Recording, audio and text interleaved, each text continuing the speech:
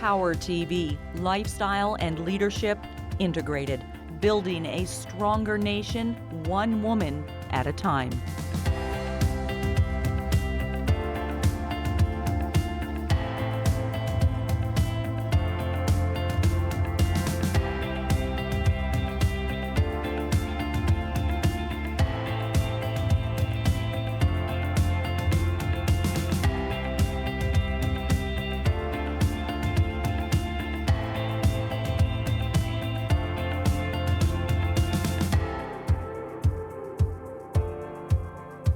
In a world where so many things are out of our control, I imagine a community that celebrates success, chooses support over competition, and not only accepts but understands the ebb and flow of emotion that makes us human.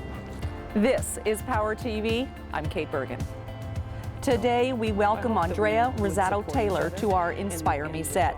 With a leadership style that acknowledges the individuals on her team, she found a way to thrive in a male-dominated world of newspaper publishing.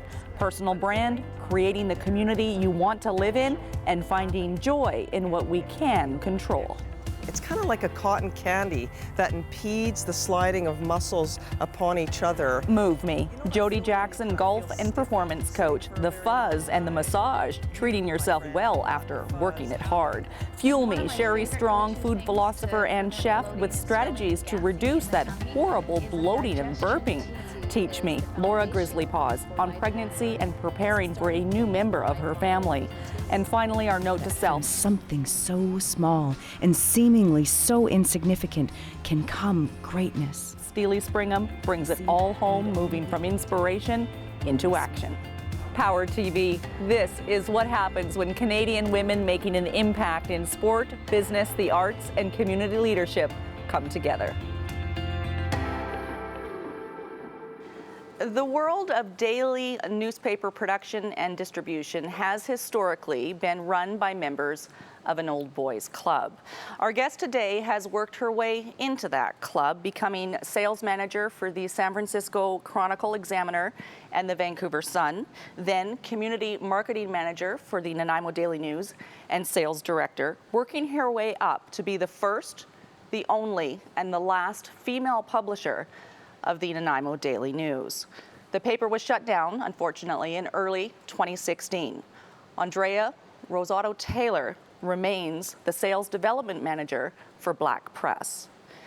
How did you navigate your way through what I would imagine to be a pretty tough world, the newspaper world? It's very funny because most of the people that started out in the newspaper business, of course, were men, and they all came out of the, they were all in the Army or the Navy. And so the way they ran departments and the way they thought people should behave was more like being enlisted in the Army. As a matter of fact, I had a boss at that time who, if you laughed, he would write you up. Oh, I wouldn't do well. No, I know. And he would send me notes that would say "shut up" because I talked too loud. So, yes, it was very interesting to be a woman in the newspaper industry. What kept you going? Why did you want it so badly that you would put up with that treatment? Because all of us women that worked in sales thought it was time that a woman become a manager, and since I put my hand up and actually was encouraged by my direct boss to apply, he thought it was also time that women start being in the industry and at those levels. That's what prompted me to stay the course. And what was the thinking of what women could bring to that industry that didn't currently exist and maybe still needs more of? I think a real empathy. When I was working at the San Francisco Chronicle-Examiner, I had at one time as many as 200 employees. They were all union. It was a real mix of cultures. We had gay, we had lesbian, we had Hispanic, we had Puerto Rican, we had Asian, and how their treatment was before was that they weren't individuals. And so it gave me an opportunity to learn and to help create a different leadership style. And that one was all about the individual. It had nothing to do with the collective. The more I concentrated on each individual person, the greater value the company received from it. What was the purpose that kept driving you? Was it the collaborative team effort based on individual acknowledgement and recognition? Was it a goal? Were you wanting to achieve a particular thing? Was it proving something that? Always proving what something. What are you trying to prove? Yeah, I did. I really did want to prove something. That's a good word to use, although it a lot of times has a negative connotation. But I did want to prove. I wanted to prove that the model could work by allowing difference to take place in the workplace, by allowing people to be themselves, by acknowledging that everybody had a special gift. And at one time, I convinced HR to let me hire a man who had performed a bank robbery. And what is it that you saw in him that you wanted? He could sell. I knew he could sell, and I knew, and the end result is that we would be successful as a company, and that we would make money, and we did. We at that time were the most successful in San Francisco in that group had ever been. We were increased by 60%. You've been accused of being too aggressive. I've had experiences with you in various situations, and I don't think you're too aggressive, but some people aren't used to that coming from a woman, and if it was the same behavior, attitude coming from a man, would it have a different label? Yeah, I think the expectation is that a man does say what they want and talks straight up to people. And that's what you do? And that's what I do. Do you think you're aggressive? I don't think I'm aggressive, but I've started to label myself that way because people have said that to me. They said you're aggressive, or you have intimidated me in the past, and I tried to analyze that, and what I discovered, it's because I just spoke honestly, really. Okay, we'll be back with more on the PowHER TV studio set with Andrea Rosato-Taylor here.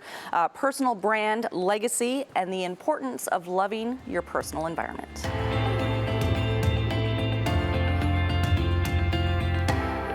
So what's all this buzz about the fuzz? There's a fellow by the name of Dr. Jill Headley who's famous for the fuzz video. Check it out, but forewarning you, there are some cadavers involved. Basically what he's talking about is the fuzz, and this stuff grows in between our muscles when we're not moving. It's kind of like a cotton candy that impedes the sliding of muscles upon each other. You know that feeling when you kind of feel stiff after sitting for a very long time? You, my friend, have got the fuzz happening. So we need to move to melt the fuzz, and I've got a few tools in my hand to help you move, and there's other ways of doing it as well, specifically with some practitioners out there like massage therapists, etc. I've got some tools here that I'm going to show you. You can use these right at home. This is called The Stick. You can find it at thestick.net. And we roll out muscles, muscle fascia, and all those fuzzy bits like cotton candy that get right in between our muscles so that they don't slide upon each other. I'm rolling out my quad muscle here, good big muscle that can often get a little bit tight, especially after a lot of hiking or running. For me specifically, my calf muscles really tend to get tight. They can cause plantar fasciitis. Not only do I use this to roll out my muscles here, but I will stand on a golf ball and roll out my actual plantar fascia right on the bottom of my foot. I've got some other tools here. Balls are great. Again, you can get ones with spikes that kind of give you an acupuncture type of feeling. That'll stimulate some of the nerves in your body. You know, you can roll on hands, you can roll through any of that muscle tissue just like I did before. And then this is my favorite for neck injuries. You can see we've got two balls. Your spine would fit right through the middle of this, and you would roll out basically through the occipital bone, down the spine. And again, for me, someone like myself that's had some whiplash injuries, this is a really good one. So not only have I showed you a little bit about the tools, but I visited my local massage therapist, and we talked a lot about how fascia and muscle work together. So massage therapy is one example of creating fluidity in the myofascia. Pressure by the therapist's hands either in the muscle belly or near the tendons, allow for that fluidity of motion in that big sheath that we call the fascia. I highly recommend that you see a massage therapist if you have yet to do so. I know I see mine on a regular basis as part of my regime to keep moving freely.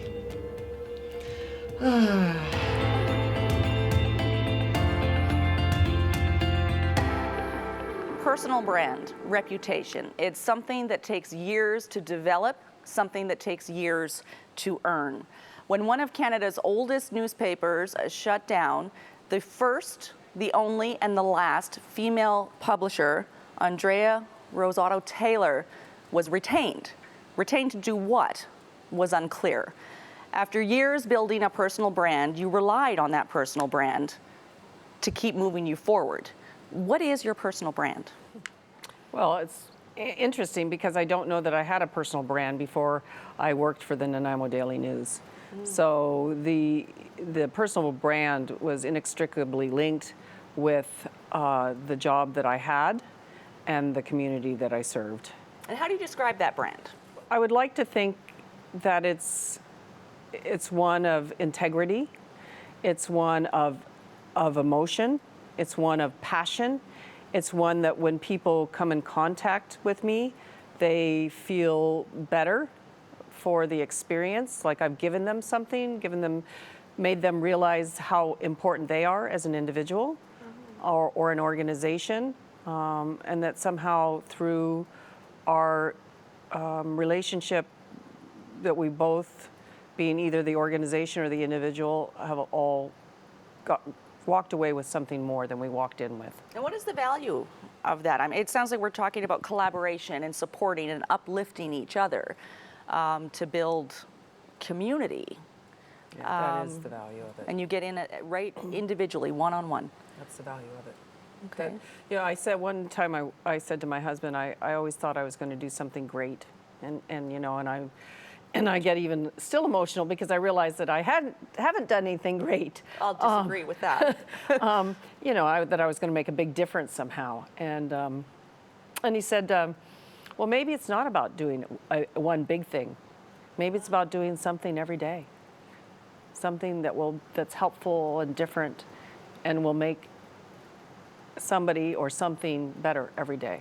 And I said, think you do that. and I said, thank you. And I said to my husband, I think you're right. I think that's what I need to do. So. And when the Daily News shut down and you still had a job, you didn't know what that job was. And I asked you in preparation for welcoming you here today, what did you do? And you said, well, I just kept working on my brand. And so in that sense, it carried you through. It did. Because my brand is my promise. It's my promise to the company I work for. It's the promise to myself. It's a promise to my husband, family, and friends. And so I had to not get wimpy. I had to stay the course. Be tough. I had to be tough. Community is important to you. Very important. And you hold the value that it's up to us as individuals to build the community that we want. Absolutely. How do you do that? Because I've seen you do it. Well, I think you get involved. You know, you worked with us on the Vision Rally. That was certainly, you know, everybody was complaining about how miserable they thought our community was, and so, you know, we started thinking and talking to people and realizing all the successes that our community has, and it's about bringing those pieces forward, right?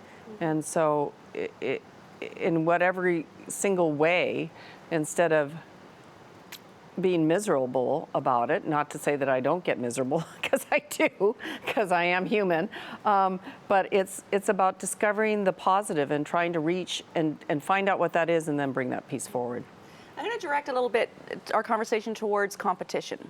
And I'm seeing a little bit of a link. If we continue to compete with each other as women, we're going to experience more of that being miserable. Do you think that we compete amongst ourselves as women more than is healthy? Yeah, absolutely. How does that show up? Well, I think in the early stages of being a woman in high school and probably early college, I think that piece shows up a lot.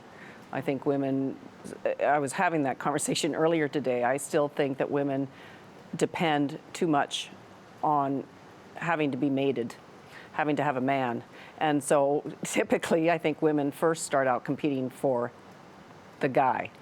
And of course we've all heard it, in which a woman is best friends and then a man comes into her life and then all of a sudden she doesn't have time for her girlfriends anymore.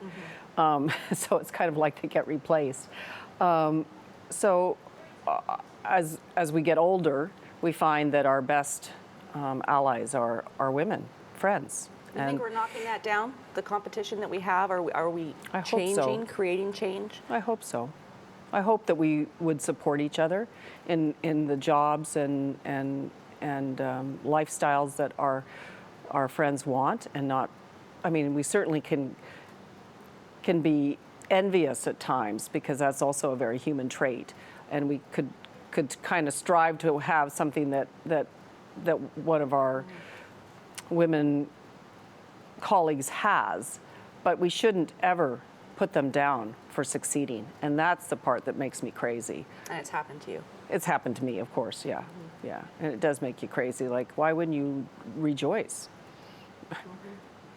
We're here today rejoicing Andrea Rosato-Taylor will be back here on our PowHER TV set in studio, talking about how the personal environment becomes so important when there are so many things that we cannot control as we step out into the world.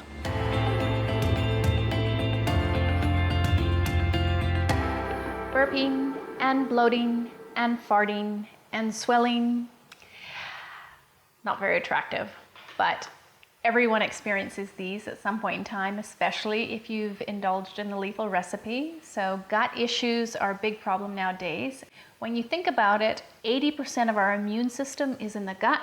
So it's really important that we start to eat foods that will nourish, energize, and heal that space and provide the perfect environment so we can actually get that energy and have that, beautiful skin texture without the sounds and the noises and the smells that are really your body's way of communicating to you that something is in imbalance.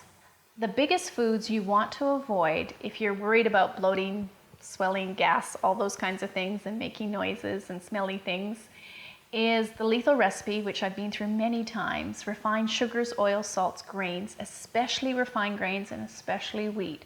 So gluten intolerance, gluten messes and does something nasty with the gut, and particularly the more refined it is, it's almost like putting glue going through your intestinal tract. And so it really inhibits any other vitamins and nutrients getting absorbed into the system. So you want to cut those out. Also, some people are really sensitive to beans and legumes. So if you're cooking your chickpeas and you're soaking them, you want to rinse that liquid that they've been soaking in. And if you boil them once, if you tip that out and boil them again, it's going to reduce the gassiness that actually happens. And the other thing that's kind of cool to do is to put a little bit of seaweed, like kombu, when you're cooking your beans, and that actually helps eliminating a lot of the gas. Some things that you can do to stop the gaseousness happening in your gut is using things like ginger. You can add it into things like smoothies. You can put it into your lemon water in the morning. You can squeeze it and put it into juices, grate it into capsules if you have an upset tummy. It really is kind of like the cure-all that they go to in India. If anything's wrong, try ginger first. Another thing that can actually help are fennel seeds. You can grind this into your food, you can pop it into teas, and that's really good. Also, cucumbers. It's alkalizing and it helps cleanse the body, but it can actually help with that bloating and swelling and gases. And one of my favorite go-to things to prevent bloating and swelling and gassing in the tummy is a digestion tea, which is licorice root, chamomile, and peppermint leaves, and you just pop that in bags or get tea bags and combine it. And it not only is great for the tummy, but it tastes delicious. It's a beautiful combination. It's one of my favorites to go to. And really, if you start with these things, start to eliminate the more processed food you can get out of your diet, and the more leafy greens and living foods and vibrant foods you can actually bring into your system. It's going to help you nourish, energize, and protect your body. And if you're looking for tips, tools, and strategies, and some recipes to help you do that in a powerful way, go to returntofood.com.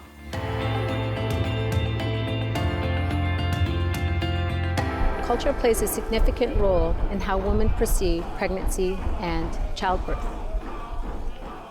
Pregnancy is common across all cultures based on values, beliefs, customs, and traditions.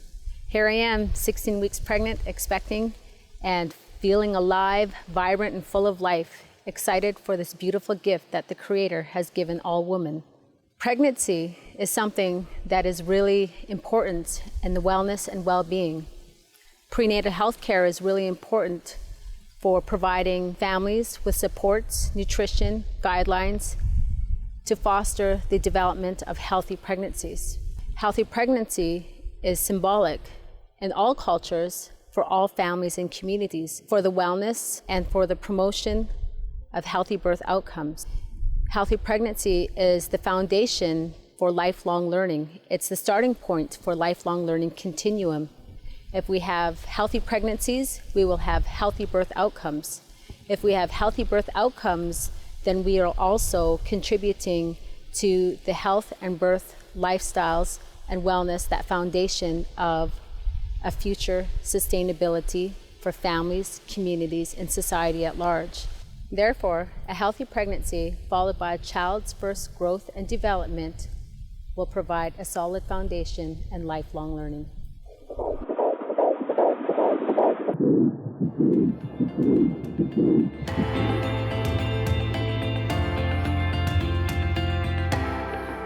When we step into the outside world, one of the keys to thriving is knowing what we can and can't control, and choosing to have the experience that we want to have given so many variables and uncontrollables. For Andrea Rosato-Taylor, personal space and control within your own environment is key. It's a big part of your balance. How does that play into your life? Why is it so important? I guess early on in my childhood, my parents were always fighting, and the only way that I could kind of control how I felt about what was going on was to keep the house very, very clean. And so I started to clean the house when I was 7, and I took on that responsibility, and it just has always stuck with me. It's how I manage stress. So I'm a great friend to have, because if you ever want your house cleaned, I'm glad to clean it, because it gives me great pleasure to clean. Yeah. I used to be one of those little kids that actually, I'd go over to my girlfriend's house and I would sneak clean. So when somebody wasn't looking, I would clean. And so pretty much the parents started to realize that I was cleaning their kids' rooms, I was cleaning their kitchen, and they would invite me over. A lot of women would look at cleaning as a chore, as something that sort of is assigned to our gender without any choice of our own. But that was never a part of the equation for you. No. We, as you know, we can't control very many things in our life. Catastrophes happen and chaos happens, and but the one thing that I seem to, when I walk into my house, it's set up the way I want it, and I can feel at peace in there, and so it's worked for me my whole life that way. I'm going to go back to what we were talking about earlier, and personal brand and the work that you do in the community. I think that you lead by example. I think you walk your talk, and keep your values in the forefront, and I think that they're very clear for the people around you. Is there a legacy that you're working towards leaving? I know we talked about one thing at a time, one day at a time, but when you collectively add all of those one things together. Yeah, I would love to leave a legacy. I didn't have children by choice. I never found a companion or a mate or a husband that I felt that I could feel secure enough to do that. I admire women very, very much for being so unselfish to have children. And of course, women, lots of us believe that we're going to leave a legacy through our children, and hope to create a better world for them than the one we came into. They become a bit of a motivation to do that. That's right. So what motivates you then? Well, I don't know. I mean, that's a good question. I guess I would like people to feel that all the individuals that I put my energy towards, that they know that they were loved, and that I love them. And in a sincere way, in the short time that we each of us cross each other's paths as possible. So that's how I hope to leave a legacy. It's very close to your heart. I can see you're getting emotional. I'm going to take the emotion that I'm seeing in you right now and back up to the experience in the newspaper world that you have and have had and continue to have. How do you put those? I've cried in my boss's office on several occasions, and then when I walk out, I go, why did I have to do that?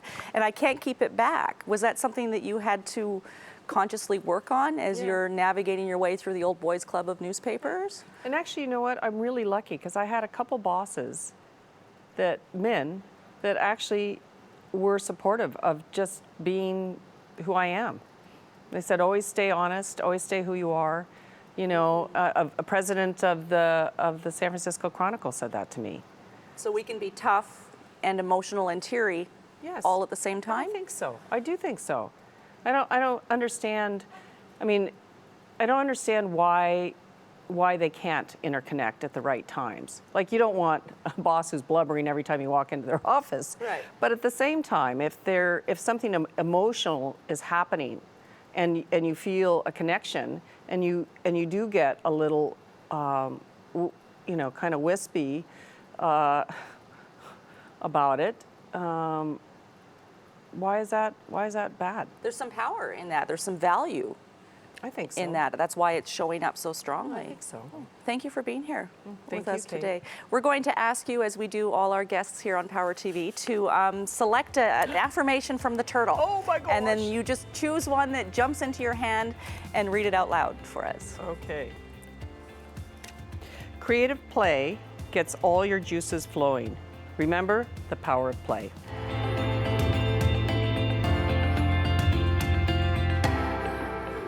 We seem to think we are big in our own little worlds. We get so caught up in our big busyness, we forget the little details. We think, I want to do something great. I'm searching for that one big thing to do to impact the world.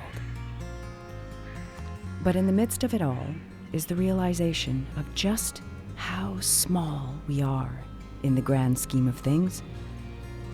And then we lose all perspective on just how impactful the little things can truly be. Are we so small that we cannot make a difference? Is what we do so insignificant that we cannot impact the world? One just needs to open their eyes to see all around us that from something so small and seemingly so insignificant can come greatness. The seed need only be planted. Only a small gesture needs to be done to impact someone's world. That one big, great thing I think I have not found or done in life may actually be all of the great little things that I do daily. Perhaps I should do more great little things daily. Everything small makes a big little difference. It has to. It's nature. Note to self. I make a big little difference daily.